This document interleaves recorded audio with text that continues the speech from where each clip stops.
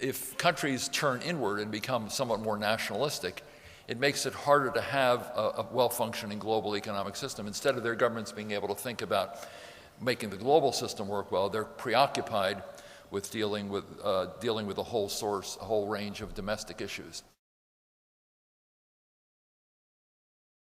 We have special status under the Federal Clean Air Act. We can take action stronger than the federal government. We had 13 other states join us.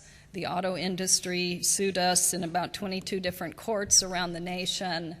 We started winning those cases, and as a result, President Obama announced a national standard for clean cars. So that's a perfect example of how local action can result in pushing our federal governments.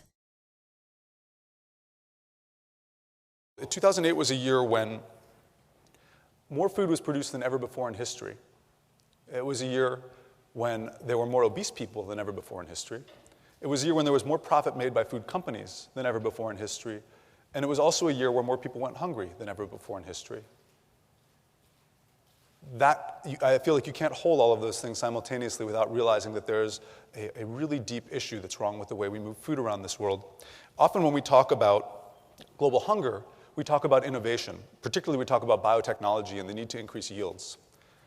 When you look at those numbers, of having more food than ever before, we actually in 2008 produced enough food for 11 billion people by the UNDP's count, which is far more than we'll have in 2050.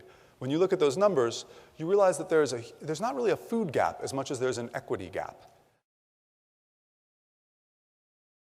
It's not frequent in international politics that the geopolitical consequence of borders disappear.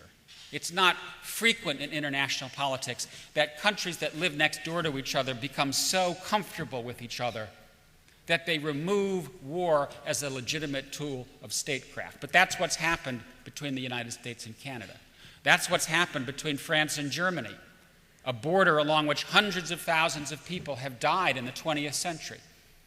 But now you zip across that border in your rented Mercedes and you don't see a border guard, you don't see a customs patrol, you don't even have to go to an ATM and change your money. And that is magical.